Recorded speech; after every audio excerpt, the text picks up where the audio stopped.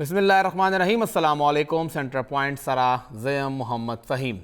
وزیر اعظم پاکستان میاں محمد شہباز شریف صاحب دا برطانیہ یو اخبار فائنینشل ٹائم سرا خبریں کړي دي او هغه انټرویو کې هغوی دا وینا کړې ده چې موږ ته ډالر پکاري دي او ښه ډېر ډالر موږ ته پکاري دي ولې چې پاکستان د سیلاب نه متاثره شوی دی. زمونږ صورتحال دې وخت کې انتهایی کشیده دی او موږ سره دومره فنډز نشته دی چې موږ دغه ملک دغه معاشي بحران نه وباسو. ملک کې معاشي بحران مسلسل زیاتیږي لګیا دی او هغې دپاره موږ د قرضو واپسۍ دپاره اس قسمه چې کومه خبره کېده چې ریشیډیولینګ خبره مطلب د هغې کوم واپسۍ یو پلان دی هغې کې تبدیلی خبره کېده. هغه موږ نه غواړو. موږ دا نه وایو چې موږ له پلان بدل کړئ. موږ دا وایو چې موږ له نورې قرضې راکړئ او موږ ته دغه قرضې پکار دي. دغه انټرویو کې میاں محمد شہباز شریف صاحب دا وویل چې موږ ته دې وخت کې د سیلاب د لاسه تقریبا 30 ارب ډالر نقصان شوی دی او د ری بحالي موږ ته پکاره ده. تقریبا 3 کروڑه خلک دې کې بې کوره شوي دي. د هغې ټولو بحالي کول دي او هغې سره سره موږ ته دغه فنډ پکاره چې زموږ خپل معیشت هم دومره مضبوط نه دی چې هغه دغه زور برداشت کړي. دې سره سره د هغې پوره فائنینشل ټایم انټرویو کې دنه دا خبره هم وشوه چې کوم د پاکستان امداد دی هغه د یو این سایډ نه کوم چې دی نه اول تقریبا 816 میلیون هغوی ته اوس میلاو شو. دی نه اول پاکستان دپاره 160 میلیون تقریبا 16 کروڑ ډالر دا امداد و د یو این د طرف نه. هغه هغوی سیوا که 81 کروڑ ډالر ته پاکستان دپاره هغوی دغه امداد ورسو. کوم چې د یورپی یونین لخوا امداد و هغه هم تقریبا 30 ملین یورو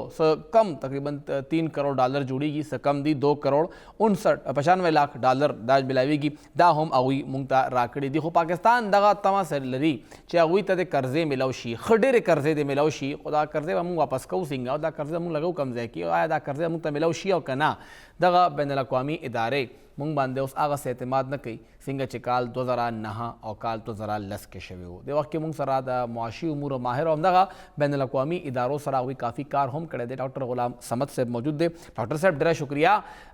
یو خو سر دا راته ووایه چې کوم دغه د شهباز شریف صاحب انټرویو ده ستاسو په دې باندې څه ټیک دی تاسو وینا ده آیا دا خبره پکار وه چې موږ ته ښه ډېرې ډالرې په قرض په صورت کې پکار دي یا هلته کې دا خبره کول پکار چې کومې وعدې شوي دي موږ سره اول هغه سرته ورسوی؟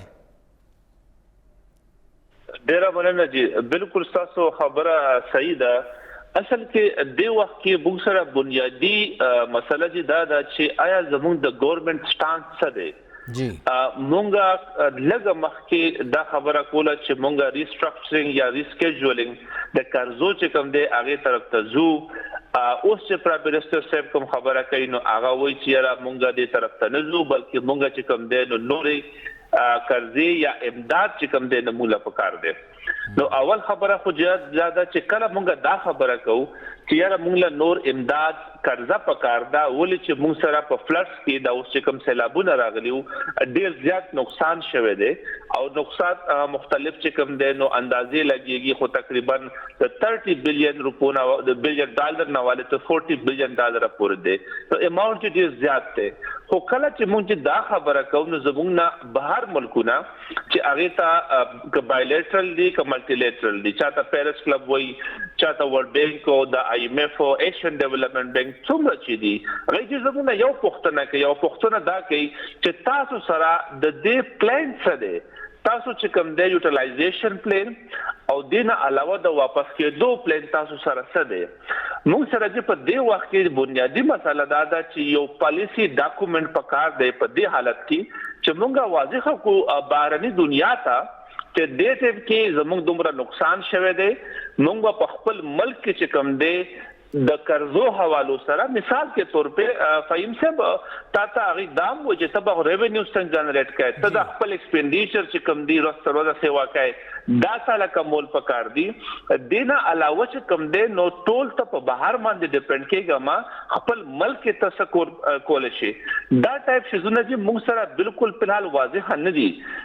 د دې د پاسه فهیم صاحب چې کوم مسایل تاسو ووایي زموږ اکنامک چیلنجز چې ډېر زیات سویر دي او تاسو که خپله وګورئ په دې حالت کې نو موږ سره چې کوم دی نو مهنګایي د ټولو نه زیاته ده. موږ سره جی د کرنسۍ چې کوم قدر دی نو هغه هم په لاندې روان دی. زموږ جی ګروت چې کوم ته جی ډي پي وایي هغه چې کوم دغه انټرنیشنل ادارې د هغه وی چې دا به 2% پوری په دې کال کې انتهایی د 4 or 5% نه 2% تر کم شي. نو دا د ټول داسې مسایل دي چې په دې مسایلو کې کله موږ بهر ملکونو ته خبره کوو نو موږ سره دی یو واضحه پلان پکار دی او ما تخکار چې داسې په حال دی ګورنمنت سره چې کوم دی د قرضو اغستو د پر صرف دا یو خبره شته چې متفلت د ذات نقصان نه کړي دی خدا یو واضحه امپلیمنټیشن یا واضحه یو پالیسی ډاکومنت ما ته جنخ کاری. اټو صاحب تاسو ذکر وکړه چې موږ سره پالیسی ډاکومنت نشته یا څه پلان نشته. دا پلان موږ سره کال 2010 کې هم نه و خو هغه وخت کې خلک رالل دغه اسلام آباد کې دننه فرینډز آف پاکستان په نوم باندې پوره یو کانفرنس وشو او خلکو اربونو روپۍ ورکړې چې پاکستان کې دننه بحالي پروګرام وکړي. آیا خلک هغه وخت هم یادوي چې هغه وخت کم اعتماد هغوی پاکستان باندې د پاکستان په ادارو باندې په بیوروکراسي باندې کړو د هغې جواب سره راغی د هغې رد عمل سره راغی او اوس هغه اعتماد ته تیار دي؟ نه جی اصل کې فهیم صاحب تاسو ډېر خپل پوښتنه ده هغه وخت کې او په دې وخت کې چې کوم زمونږ اکونومیک چیلنجز دي چې فرق پکې شته. مونږ تاسو وګورئ نو په دې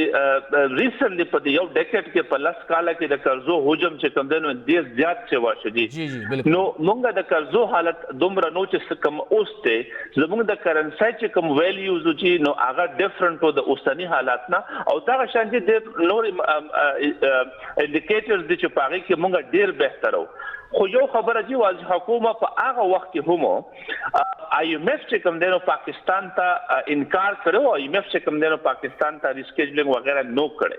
سو مې تاسو خبره ده د فرندلی په دې فرندز کې چې موږ سره دوه قسمه خلک وي یو ته موږ پیرس کلب وایو یو ته موږ نان پیرس کلب وایو. په پیرس کلب کې چې موږ سره 19 ممبران دي موږ سره دې ټیم کې چې کومه غټه قرضه ده په دې پیرس کلب کې هغه د جاپان ده هغه 4.6 بلین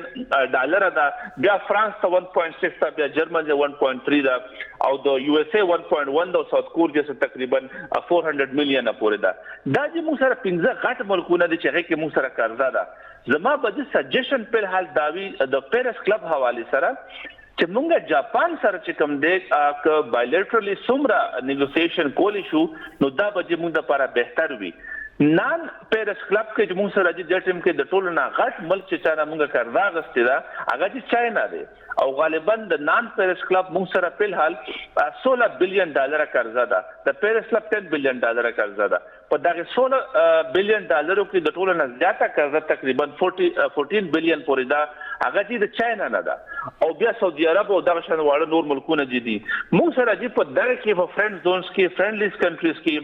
دغه کنټریز چاینا او سعودي عرب وغیرہ ټارګټ کول پکار دي چې موږ دینه چې کم دینو لکه ریسکیجولینګ د لپاره ریسټرکچرینګ د لپاره هیلپ والو. زه چې تاسو کوېسچن سره اګریما موږ له اوسم چې کم دینو فرندز تاسو په خپل ابتدایي کې مووي چې USA موږ سره جدار چې کم دینو کمټمنټ وکړو موږ سره UN ایجنسیو چې کم دینو کمټمنټ وکړو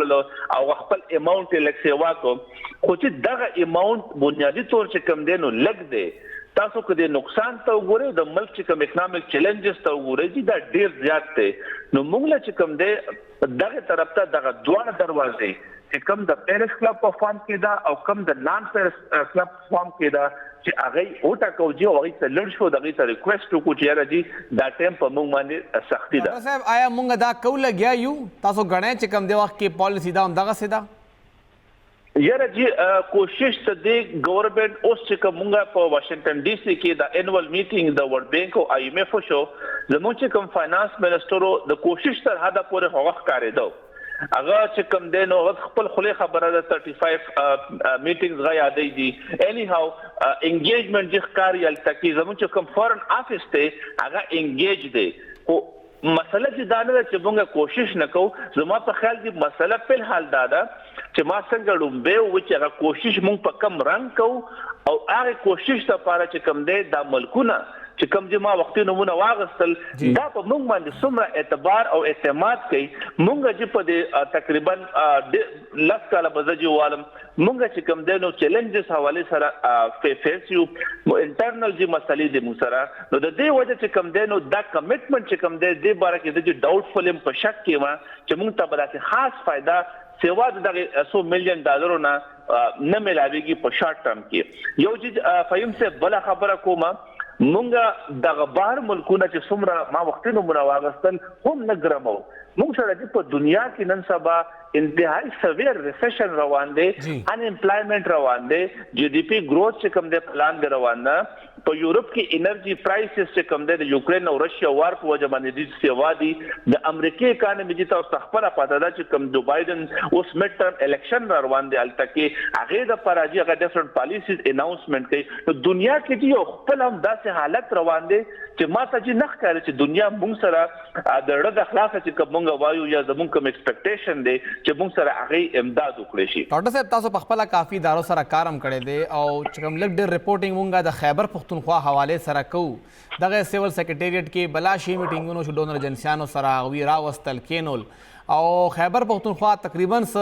په فوري توګه باندې 90 ارب روپو په تمه د جدا مونږ ته ملو شي او 20 ارب پورې کمټمنټ خو ورکړی دی دغه ادارو خو هغه وربل دی او هغوی یو شرط دا ایښی دی چې تاسو له مونږه پیسې نه درکوو, تاسو مونږ له پروجیکټس راکې مونږ به درله هغه پروجیکټس وکړو. دغه د پیسې نه ورکولو دا عدم اعتماد دا ولې مخې ته راغلی دی؟ یره دا د معاشي استحکام عدم استحکام یا دا پیسې بل چرته تنخواګانو په مد کې یا نور په کارونو کې هلته لګېدو خطره دا یره دا دغه ایجنسیانو سره هم؟ فهم سے مونږه چې کوم دی نو اوور د ټایم وخت سره سره دغه ټرست چې کوم دی مونږه لوز کړی دی. جی مونږ باندې چې کوم دی نو انټرنیشنل ادارې چې کوم دی ټرست نه کوي. جی دا څه وه مځکه چې هغې سره دغه یره ده چې دا پیسې چې کوم مد دپاره په کار یوټیلایز شي استعمال شي دا به جي هلته کې نه استعمالېږي. او تاسو چې خپله وګورئ ریسرچ ډیولپمنټ د پښتونخوا حوالې سره هم او په ملک په سطح ورال جي زموږ چې کوم ایکسپینډیچر مدونه دي او په هغې کې یو غټ مد چې کوم دی تنخواه او پنشن دا چې په 3 مدونو کې ډېر غټ مد دی او زموږ اکثر پیسې چې کوم دی مونږ هغې طرف ته ټرانسفر کو یا ټرانزیکشن وشي جي مونږ سره. نو ټرست چې کوم دی چې دا مونږ لوز کړی دی دا به بحالول پکار دا ډېر امپورټنټ کمپوننټ دی جي مونږ سره. خو خبره چې دا ده د پښتونخوا حوالې سره هم مونږ سره چې کوم دی نو که تاسو 70 بلین روپو خبره کوئ او بیا د کمټمنټ خبره کوئ نو سټیل چې کوم دی ډونر ارګنایزیشنز چې کوم دی هغې سټیل د فیډرل او د پروینشل ګورنمنټ په منځ کې چې کوم هم یو کوارډینیشن والا فقدان هغه چې هم موجود دی هغې ته هم غوږ ګوري چې یاره دی دواړه یو بل سره څنګه ټریټمنټ کوي. فلحال فهیم صاحب مونږ سره د اوس ریسنټ ډیولپمنټ کوم د پنشن والا راغلی ډیلیز وپکې هلته کې مسایلو خو ښکاري چې داسې چې د فیډرل ګورنمنټ او د پروینشل ګورنمنټ په منځ کې هم د ټرست چې کوم دی یو ډیفیسټ موجود دی. کوارډینیشن فیلیر ورته ویلی شي چې انټنس قصدن دی یا غیر قصدن دی خو جي موجود دی. او دا چې کوم ټرست ډیفیسټ په خپلو منځ کې دی یا سیاسي یو جنگ دی چپکلش دی هغه دغه بین الاقوامي ادارې نظر انداز کولی نه شي؟ بالکل چې دا هغې ته ګوري او هغې خو چې کوم دی چې همیشه دې ته ګوري چې د دغې صوبې د دغې فیډرل حکومت چې کوم دی یو بل سره کوارډینیشن څنګه دی. مونږ خو دې لکه مسایل دی چې پښتونخوا مثال کے طور په یو صوبه کې یو انویسټمنټ هم کېږي نو مونږ به ان او سی چې کوم دی د فیډرل ګورنمنټ نه اخلو. دا ټول چیلنجز چې کوم دی هغې په ذهن کې وي چې یاره دا پیسې زه ورکومه د دې چینلایزیشن به څنګه کېږي دا به د فیډرل حکومت په ترو کېږي دا به د پروینشل حکومت په ترو کېږي او دا ټولې خبرې دي هغې دې ته هغې بالکل ګوري. نو سر که دغسې بیا دا پیسې نه ملاویږي اگر خیبر پښتونخوا ګورنمنټ ته په فوري توګه 70 بلین پکار دي اوورال ورته 180 پکار دي خو 70 بلین خو هغې ته مخې سره پکار دي که دا پیسې نه راځي نو دا خلک دا متاثرین بیا څه کوي؟ دا خیبر پښتونخوا پنجاب بلوچستان سند خلک به څه کوي؟ دا جی بالکل یو ډېر جایز او کوېشن دی ستاسو. زما په خیال چې فلحال زمونږ له زما که یو مین سجیشن مې ستاسو د انټرویو په ترو کې تاسو درکولی شم هغه دا دی چې زمونږ صوبې له فلحال دا پکار دی دې ته جي په انګلیش کې یو ډیټ سواپ وایي مونږ له دا جي پکار دی د کلایمیټ چینج پالیسي زمونږ صوبې پښتونخوا اوس ریسنټلی پاس کړې وه دغې ته ولړ شی چې مونږ ایمرجنسي بیسز باندې مختلف ملکونو سره ډیټ سواپس کو چیرې هغه موږ چې کوم د ډایرکټلی لکه مثال کے طور پہ جی کہ د بلین ټری سونامي پترو باندې بل یو ټری پلانټیشن د کاربن گرین هاوس ګیسز پترو باندې انډستریالایزیشن پترو باندې دا چې موږ سره په د کلایمټ چینج کې مختلف انیشیټیو موجود دي چې موږ د ډیټ سواپ اګریمنٹ وذ ا کلایمټ چینج انیشیټیو وکړو چې موږ سره چې کوم دی یو خوجدار شي دوی مزي زماته سجیشن وداوی چې اوس په د براروان میاش کې چې کوم دی نو کانفرنس اف پارټي کېږي په ایجپټ کې پرایم منسٹر اف پاکستان چې کوم دی مونږ لک یو چې دی هغه به چیر کوي او د یونایټډ نیشن یو په کلایمټ چینج باندې یو ډیر غټ کانفرنس وي زبنګ د صوبې په کې جی نمائندګي پکار ده او اکټو نمائندګي پکار ده او دا ټول اسټیمیټس او کاست چې کوم دی دا چې الته کې یو شوکیس کول غواړي پرایم منسٹر سے به خامخا کوي خو زمونږ د صوبې یو ځان لا وینډو پکار ده چې هغه دا شو کی چې زموږ دومره لاست زموږ دومره مسایل دي دا پیسې دي په فوري توګه باندې زموږ صوبې راکړل شي زه هم چې لکه موږ سره دا یو دوا اپورچونټی شته د دې نه علاوه چې لکه مسایل دي زموږ صوبې سره لکه موږ دا غواړو مثال کې تور په چې د بیره د تنخواګانې ورکو وغیرہ وغیرہ دي دا شانتي اسټریټي میجرمنٹ شته خو زما په الحال خیال دا دی چې زموږ صوبې دا پکار دي چې د کلایمټ په مات کې د موږ سره چې څومره په الحال دروازې دي هغه وټکو او موږ چې کوم د صوبې ته صفایده د فاینانس پټن کې راړو چې دا څومره نقصان موږ سره شوی دی خلک مړ شوی دی پولونه روډونه کمیونیکیشن نظام موږ سره تباہ شوی دی چې دې د پاره دي موږ چې کوم دی نو د ملک د بهر نه په پیسې راوړو د کلایمټ د انوایرنمنت په مت کې ډېر شکریہ ډاکټر غلام صمد صاحب تاسو موږ ټایم راکو څنګه هغوی ذکر وکړ چې هرې صوبې سره څه خو شته چې هغه مخکې شوکیس کي او خیبر پختونخوا سره کلایمټ چینج حوالې سره خپل اقدامات دي مونږه که بلین ټری سونامي ده هغه هم مونږ کړې ده مونږه د کلایمټ چینج پالیسي راوړې ده دا ټول اقدامات مونږ کړي دي نو بیا دغه اقدامات دنیا ته مخې ته ایښودل پکار دي او چې کوم مختلف ملکونو کلایمټ چینج حوالې سره خپل فنډز ایښې دي هغې فنډ نه څه نه مونږ ته میلو شي لږې لږې میلو شي دا کتره کتره راغونډېږي او مونږ ګورو چې دغه ټولې کترې چې دي هغه بیا سمندر جوړوي نو دا هغې دپاره کالکور پکار دي دغه فاینانشل یا مالی مسایل حوالې سره به نورې هم خبرې کوو خو یو وډیشن د مینه پس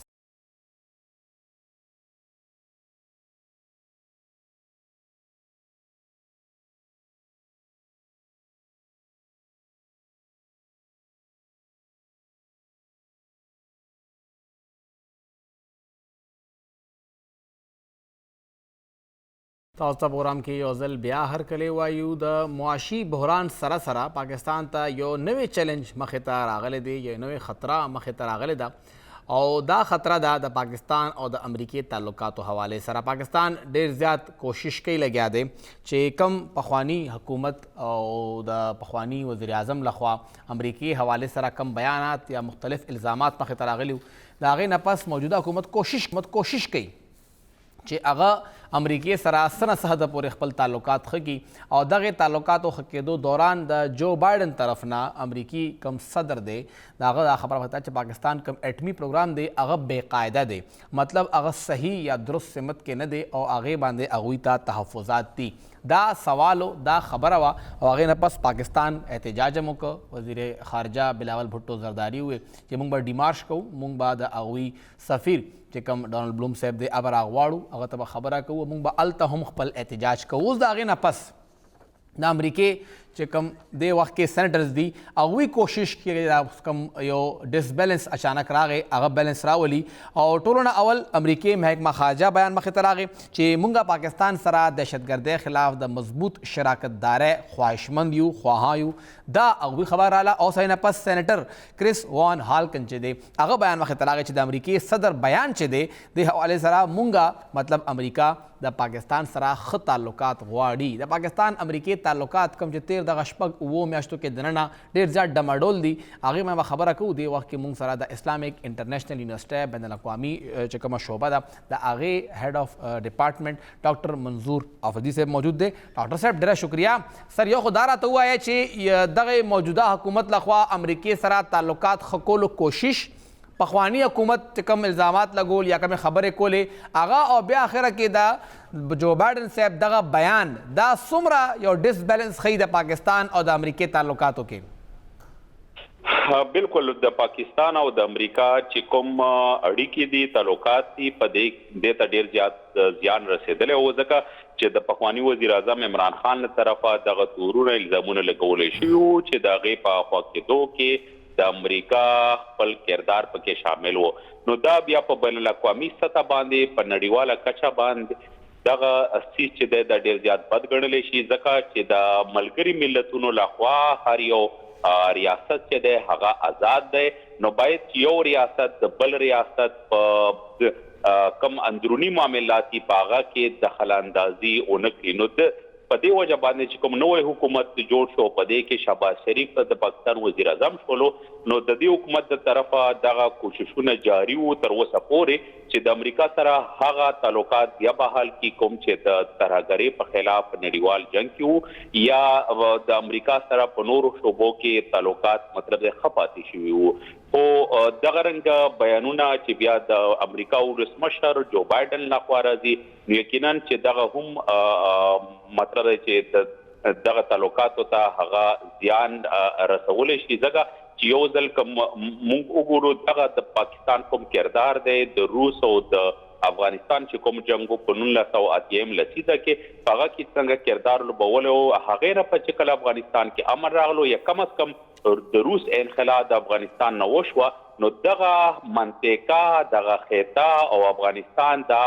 امریکا او نور نړیوالو طاقتونو بالکل یوازې پرېښودل. هغې نه پس موږ ګورو چې دلته څومره اړۍ ګړۍ جوړ شوی. اوس بیا دغه 20 کاله کې چې کوم مرسته د پاکستان او د امریکې ترمنځ وه او په دې کې کوم کردار دغه د طالبان د افغان طالبانو او د امریکا په منځ کې کوم تړون کېدو د دوحه معاهده وشوه په دې کې هم د پاکستان کردار لازمان شامل دی او د دې ستاینه یا د دې ذکر چې د هغه امریکا نړیوال طاقتونو ملګري ملتونو هم وار په وار باندې کړی دی. نو بیا په داسې حالت کې چې په افغانستان کې اوس یو حکومت جوړ شوی دی طالبان اوس د هغې حکمرانان دي او په دې هغه کې بیا دغه خطه یوازې پرېښودل په خاص توګه باندې افغانستان یقینا چې د دې به بدې اغېزې او بد اثرات په دغه ټوله منطقه باندې وي. خو بل طرفه د امریکا د سنیټرانو لخوا دلته د کم چې د کانګرس غړي دي هغو لخوا د کوششونه روان دي چې دغه تعلقات د تاوتریخوالي ښکار نشي ځکه چې د امریکا دلته ډیر زیات مفادات دي په دغه منطقه کې هغه د ایټمي چې کومه اسلحه ده هغې حواله سره هم د چین چې کوم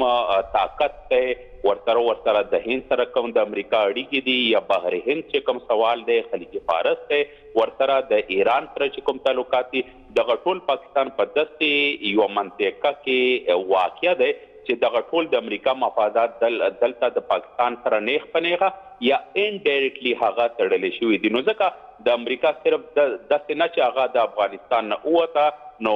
دلته مفادات ختم شول بلکې نه دغه ډیر زیات اهداف او مفادات لري. په دې وجه د هغو به هم دا کوشش چې د پاکستان سره تعلقات چې د هغه ښه وساتي او دې لپاره چې څه کولی شي هغه برقرار بلکې دې نه هم مخ په وړاندې وبرې اوسي. ډاکټر صاحب زموږ ځای کې خو اکثر لا دغه سیاسي بانبازي هر وخت کیږي خو امریکا یا مغربي ملکونه چې دي هغوی ډېر خیال ساتي چې کم وخت کې کومه خبره کول دي.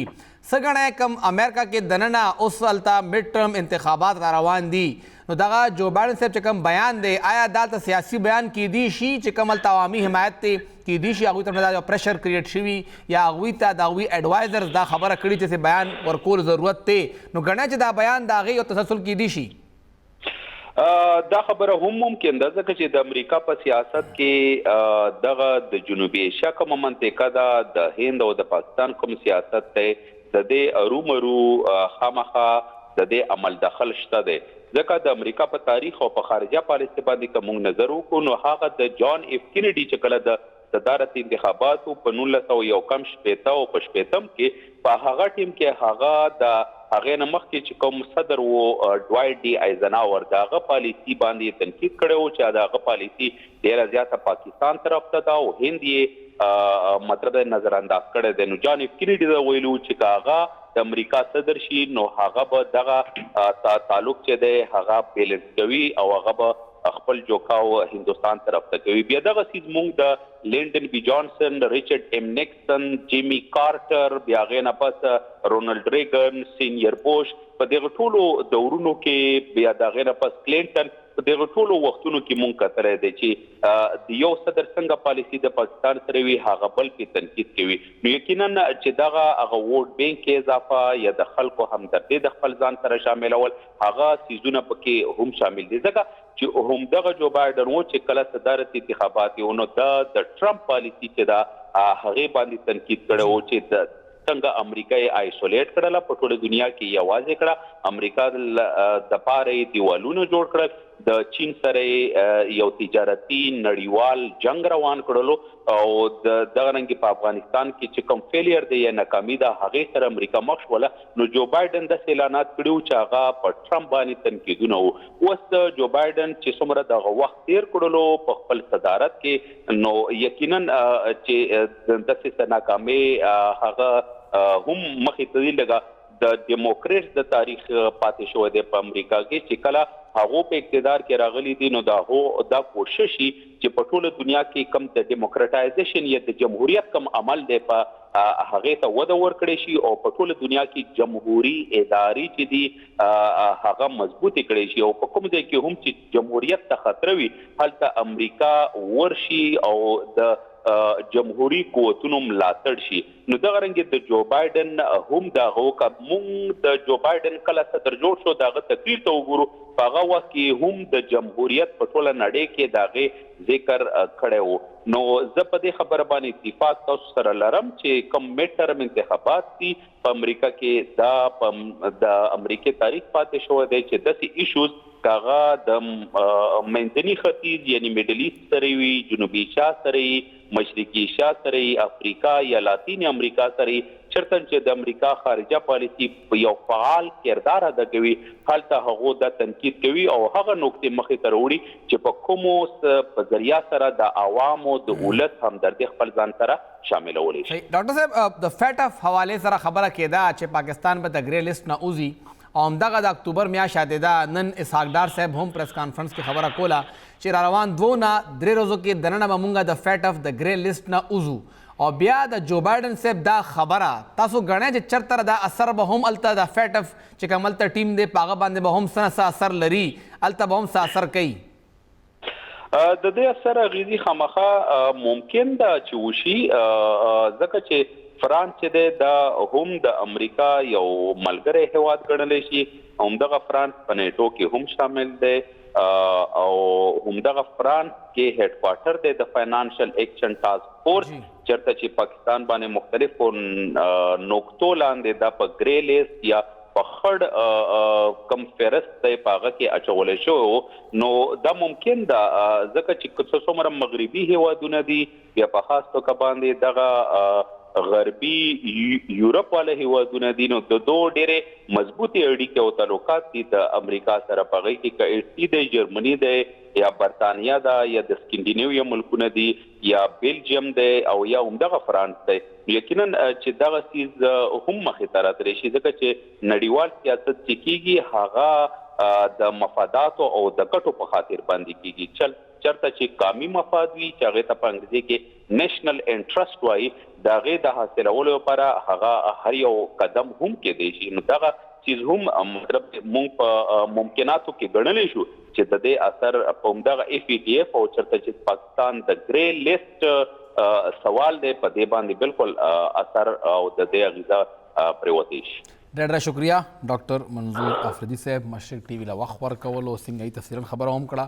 چې یو خو دا چې جو بایډن صاحب دا خبره وکړه خو کوشش دا روان دی اوس چې کوم هلته کانګرسمین دي چې هغه څه نه څه لاره راوباسي چې کوم هلته سینیټرز دي هغوی څه لاره راوباسي چې دا اوس حالات کنټرول شي نه چې دا خراب شي. یو بیان دی چې هغه صرف بیان حد پورې وي د سټیټ پالیسي دی نه هغوی دا وایي او بل دا هم دی چې هلته میډ ټرم انتخابي امریکې د صدر ټاکنې 2 کاله پس هلته میډ ټرم انتخابات دي دا انتهایی اهم وي او اکثر لا عمدہ گیله راځي چې مډ ټرم انتخابات کې که موږ د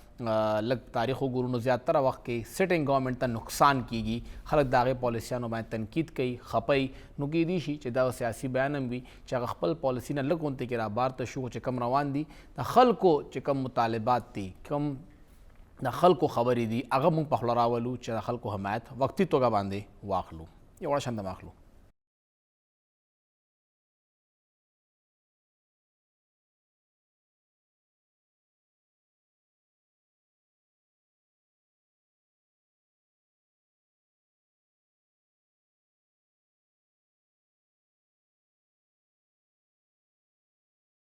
تازه بورام کې یو ځل بیا هرکلی وایو او صوبایي دارالحکومت پیښور دې وخت کې په کم صورتحالو کې دی او ولې چې د دهشتګردۍ د ترهګرۍ یو لهر مخې ته راغلی دی، هغې سره سره چې کوم دا واړه واړه جرایم پیشه خلک وي هغوی ته هم وده میلو شي او داسې پولیس خو مصروفه دی، هغه به ترهګرو خلاف کاروایي کوي. راځئ چې موږ خپل کار روان کو او دغې پیښور کې د یو ډیجیټل پلیټ فارم اردو نیوز د هغوی دا رپورټ دی چې د تیر کال په نسبت 10% زیات جرمونه په پیښور کې ریکارډ شوي دي. مطلب دا چې کوم دغه لاره کې موبایل سنیچنګ دی، موټر سایکل شو، گاډي اغوستل شو، دا هر څه دلته په پیښور کې 30% زیات شوي دي. دا رپورٹ ورکړی دی همدغه اردو نیوز سینئر صحافی فیاض احمد صاحب ادھر سره دی. فیاض صاحب بہت شکریہ، آپ کی رپورٹ آئی ہے کہ جی پشاور میں 30% جرائم جو ہیں وہ زیادہ رپورٹ ہوئے ہیں. ایک تو یہ کہ آپ نے کیا انالائز کیا ہے کہ وجہ کیا ہے اس کی اور کون سے جرائم زیادہ رپورٹ ہوئے ہیں؟ بہت شکریہ فہیم. یہ اصل میں پولیس کی اپنی ایک رپورٹ ہے جس میں یہ انکشاف ہوا ہے کہ گزشتہ سال کی نسبت اس سال اگر اعداد و شمار ہم دیکھیں جو اسٹریٹ کرائمز کے تو اس میں کافی اضافہ ہوا ہے اور خاص کر جو چھینا چھپٹی ہے جس کو ہم یہاں پر رازنی بھی کہتے ہیں یا پھر سنیچنگ کہتے ہیں تو اس کے واقعات میں کافی اضافہ نظر آ رہا ہے. اس حوالے سے جب ہم نے ایس ایس پی آپریشن سے بات کی تو ان کا یہ موقف ہے کہ کیسز زیادہ نہیں ہوئے بلکہ رپورٹنگ زیادہ ہو رہی ہے. پولیس یہ خود چاہ رہی ہے کہ اب کیسز رپورٹ ہو، لیکن دوسری جانب ہم دیکھیں تو واقعات میں اضافہ ہوا ہے. پولیس کی جانب سے 4 ایسے علاقے جس میں حیات آباد کا ذکر ہے، گل بہار ہے، گنج روڈ ہے، شیخ آباد ہے اور کچھ اندرون شہر کے ایسے علاقے ہیں اسپیشلی جو فلائی اوور کے قریب ایسے ایریا ہیں جو ان کو ہاٹ سپاٹ قرار دیا گیا ہے اسٹریٹ کرائم کے حوالے سے. اور وہاں پر ہم دیکھ رہے ہیں گزشتہ 2-3 مہینوں میں ایسے واقعات رپورٹ ہوئے ہیں جن کا شکار نہ صرف صحافی ہوئے ہیں بلکہ وکلاء ہوئے ہیں، بلکہ ایک 3 اسٹار ہوٹل کے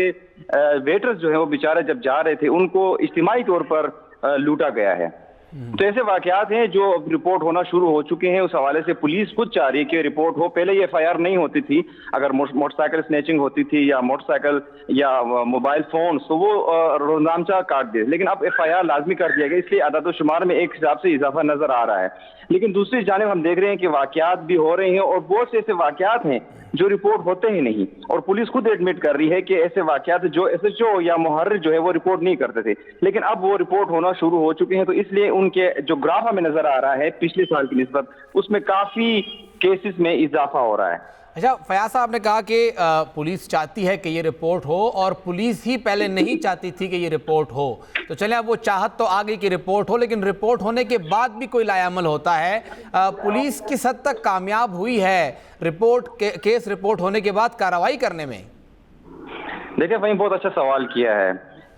اسی سوال کا جواب ڈھونڈنے کے لیے میں نے یہ سٹوری کی تھی کہ نت نئے ناموں سے مختلف ناموں سے اسکواڈز بنائے جاتے ہیں، فورسز کی تشکیل ہوتی ہے تاکہ جو اسٹریٹ کرائم ہے اس کی بے خونی ہو سکے، لیکن اس میں ناکام نظر آ رہے ہیں. جتنے بھی تجربے ہوئے ہیں جیسے کہ مددگار فورس ہو گیا، اس کے بعد پھر سٹی پیٹرولنگ پولیس ہو گیا اور اب جو ابابیل فورس ہے جس میں 800 اہلکار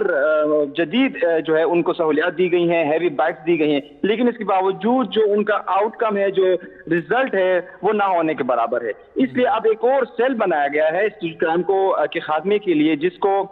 جس میں ڈی ایس پی شامل کیا ہے، ایس پی شامل کیا ہے اور اب وہ یہ اسٹریٹجی اپنا رہے ہیں کہ جو ملزمان جیل جاتے ہیں یا پھر واپس آتے ہیں اس طرح کے کرائمز میں تو ان پر نظر رکھی جائے گی اور ان کا ڈیٹا اکٹھا کیا جائے گا. تو اس میں مجھے تھوڑی سی حیرت بھی ہوئی کہ اتنے بڑی پلاننگز ہوتی ہے پولیس کے اندر لیکن وہ پلاننگز بعد میں بناتے ہیں. چاہیے یہ تھا پولیس کو کہ وہ پہلے پلاننگز کرتی، فیزیبلٹی رپورٹ تیار کرتی اور اس کے بعد پھر 25 یا 20-25 کروڑ روپے کا ایک جو ہے فورس بنایا جاتا ہے، اس کو انویسٹمنٹ کی جاتی ہے اور بعد میں پلاننگ ہوتی ہے. تو مجھے تھوڑی لیک آف پلاننگ ان میں نظر آ رہی ہے. اگر پلاننگ پہلے ہوتی. اور دوسری سب سے اہم بات اس رپورٹ میں نے مینشن یہ کی ہے, جو ہمیں ایک صحافی نے بتایا, کرائم رپورٹر نے, کہ جو جتنے بھی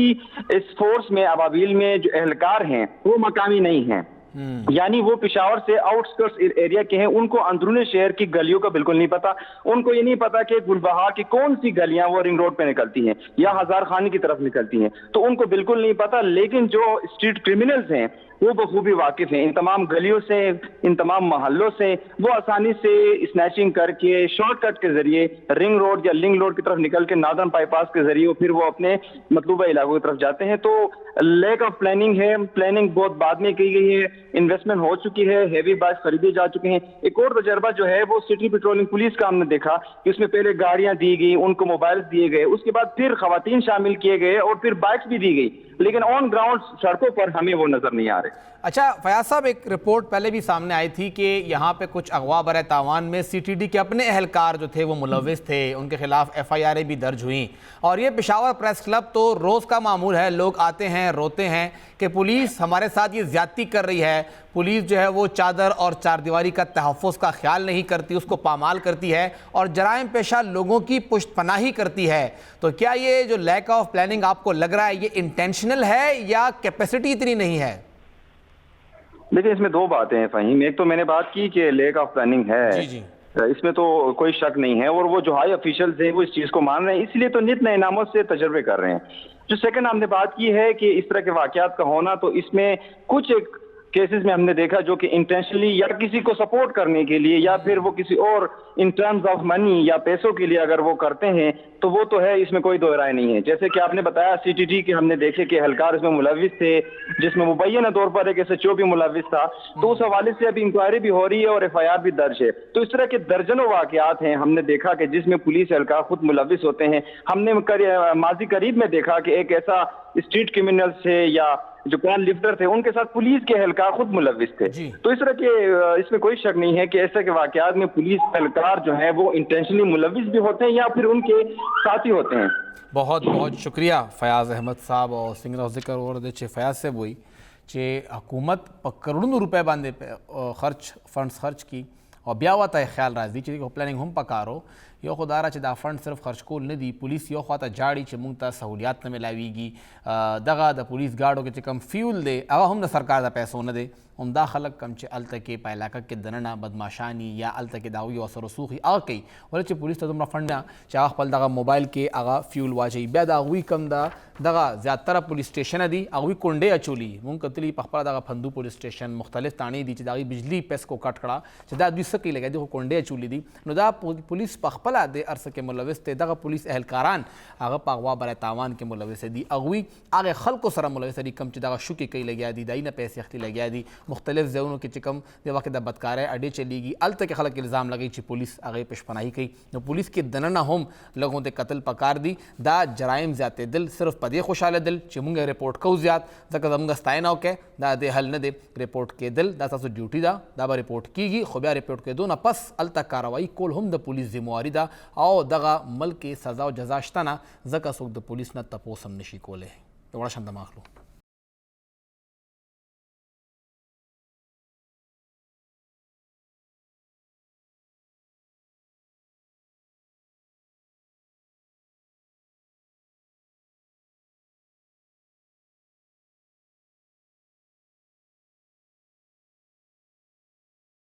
تاسو ته پروګرام کې یو ځل بیا هرکلی وایو او لږه خبره وکړو د قبایل حوالې سره. مونږ اکثر لا د قبایل نه تمه لرو چې هغوی مونږ له څه کوي لګیا دي, قبایل څه کوي لګیا دي او څنګه هغوی د دغه ملک وسایل خپل حق کې استعمال. ګیله مونږ اکثر لا کوو چې مونږ خو هر څه ورکوو قبایل لا, قبایل مونږ له څه کوي. خو یو سروې شوې ده او دا سروې کړې ده یو این ډي پي, یو چې کوم د یو این یو ځایلي اداره ده د هغې لخوا, هغې ته د یو ایس ایډ او ورسره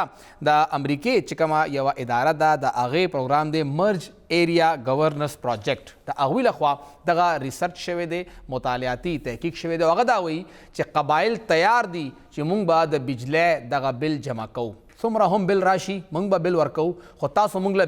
له بجلی راکړئ، د موږ مطابق د بجلی راکړئ، د موږ د بجلی حق دی چې موږ ته بجلی نه ملاویږي نو موږ به بیا دغه خلکو ته بل څنګه ورکوو. دا د هغوی وینا وه، تقریبا هغوی سروې کړې ده، هغې کې دا وینا ده چې 88% مطلب 88% هغه خلک وو چې هغوی ته بجلی ته د هغوی اکسس او مطلب هلته کې بجلی ملاوېدی شوه، د بجلی تارونه وو، هلته میټرې لګېدلې وې او هلته بجلی راتلی هم شوه، ستنې هم وې هلته کې. خو دا هم ذکر کړی دی چې قبایل ته په 40 غنټو کې صرف او صرف 4 غنټې بجلی ملاویږي، مطلب دا چې 6 غنټې هلته بجلی نه وي، 15 غنټې بجلی نی او 1 غنټه بجلی وي. دا یو اوسط هغوی رئیس ته دی چې د هغوی مطابق اوسطاً دومره هلته کې بجلی استعمالیږي لګیا ده یا هلته خلکو ته دومره بجلی ملاویږي لګیا ده. دغه چې کوم هلته کې سروې شوې ده دې کې دا خبره هم کړې ده چې قبایل دې ته تیار دي که تاسو موږ له بلا تعطل بجلی راکوئ، تاسو لپاره به موږ دغه کار هم کوو، د بلونو اتایګي به هم کوو او موږ دې نه انکار نه کوو چې موږ دغه بجلی ورکو. ای دا ذکر هم کړی دی چې کوم خلک دي هغوی دا وایي چې تاسو موږ ته زموږ کلي چې دي هغه د بجلی نه خلاص کې بجلی مور کوي، موږ ته تاسو ارس په شمسي توانایي باندې مطلب دغه چې کوم زموږ نور دی د هغې توانایي ته واړوئ، سولر ته موږ واړوئ، موږ د سولر پینل په حق کې هم یو چې څومره خرچه راځي هغه تاسو برداشت کړئ او باقي حساب کتاب به هغې سره مونږ کوو. هغوی پوره کلي یاد کړي دي چې دا ټول کلي چې دي هغه دې ته راواړولی شي. دا قبایل حوالې سره ټیسکو د وخت کې د پاکستان ټولو نه زیاته که موږ د خسارې د بجلی فراهمۍ اداره ده، پیسکو سره د هغې انضمام شوی دی او ویلې کېږي چې دغې ټیسکو سره بالکل دومره آمدن شته یې نه چې هغه مخکې بجلی اوچلوي وه چې قبایل بل نه ورکوي. خو بل چاله ورکي او بل په کم بنیاد باندې ورکي. یو خو دا را چې کوم د بجلی بل مسلسل هغې کې ګراني را روانه ده، دغې سیمه کې دلته کې مومن ډیم اوس جوړېږي لګیا دی، دلته کې جبه ډیم به جوړېږي لګیا به، دلته به د باړې په اوبو باندې ډیم جوړېږي. خو آیا دغه د مومند خلکو ته دغه د باړې خلکو ته یا کورم تنګي ډیم جوړېږي لګیا دی یا په وزیرستان کې ډیم جوړ شوی دی هغه به مکمل شي ډېر زر هغې خلکو ته هغه ډیم هغې بجلي به ملوثه وي او که نه هغوی د هغه بجلي ملاویږي او که نه قبایل په ځای کې ډیم خو جوړېږي خو قبایل د خلکو ته هلته کې بجلي نه ملاویږي او بیا بجلي ملاویږي هم په کم ریټ. دغه بجلی هلته کې جوړېږي په 2 روپۍ یا په 3 روپۍ یونټ او چې خرڅېږي بیا خرڅېږي په 35 روپۍ او په 38 روپۍ یونټ. دغه د مومند ټول صنعت دې وخت کې ناست دی. هلته کې چې کوم ټایلز والا دي یا زموږ سنگ مرمر دی هلته چې څومره کار کېږي د ماربل فیکټریانې دي هغه ټولې بندې پرتې دي صرف دې دپاره ولې چې هلته بجلی بل ډېر زیات راځي. بونیر کې دننه ماربل فیکټریانې بندې شو په دې خبره باندې چې موږ نشو پوره کولی 50 روپۍ او 55 روپۍ ته دغه بل رسي لګیا دی. پېښور خلک هغوی په دې خبره باندې هم دي چې ورسک خلک دي ورسک ډیم نه اوبه جوړېږي خو ورسک ډیم خلکو ته هغه بل چې دی په هغه قیمت نه ملاویږي چې په کم باندې هغه پوره پاکستان ته ورکوي. نو دغه قبایل هم دغه وایي چې موږ تاسو له د بجلی بل درکوو، موږ باندې دا الزام دی چې موږ بل نه ورکوو خو موږ بل ورکوو. خو خبره دا ده تاسو موږ نه دا بل اخلی کم از کم موږ ته دومره بجلی خوراکئ چې بیا د هغې بل هم ځای نیسي چې بجلی ملاویږي نه او بل ته غواړو. د 4 غنټو بجلی بل لږ اندازه وکړئ چې دغه خیبر کې دغه مومندو کې دغه وزیرستان کې کورمه کې او اورکزۍ کې او باجوړ کې هغه خلکو ته د 4 غنټو بل څومره راځي حیران بشئ چې هغه بل هم وګورئ چې 4 غنټو کې هم هلته 8,000 10,000 او 6,000 بل راغلی دی. نو دا خلک به بیا دا بل ورکوي څنګه. پروګرام به ختم دی. جات راکړئ د الله په امان.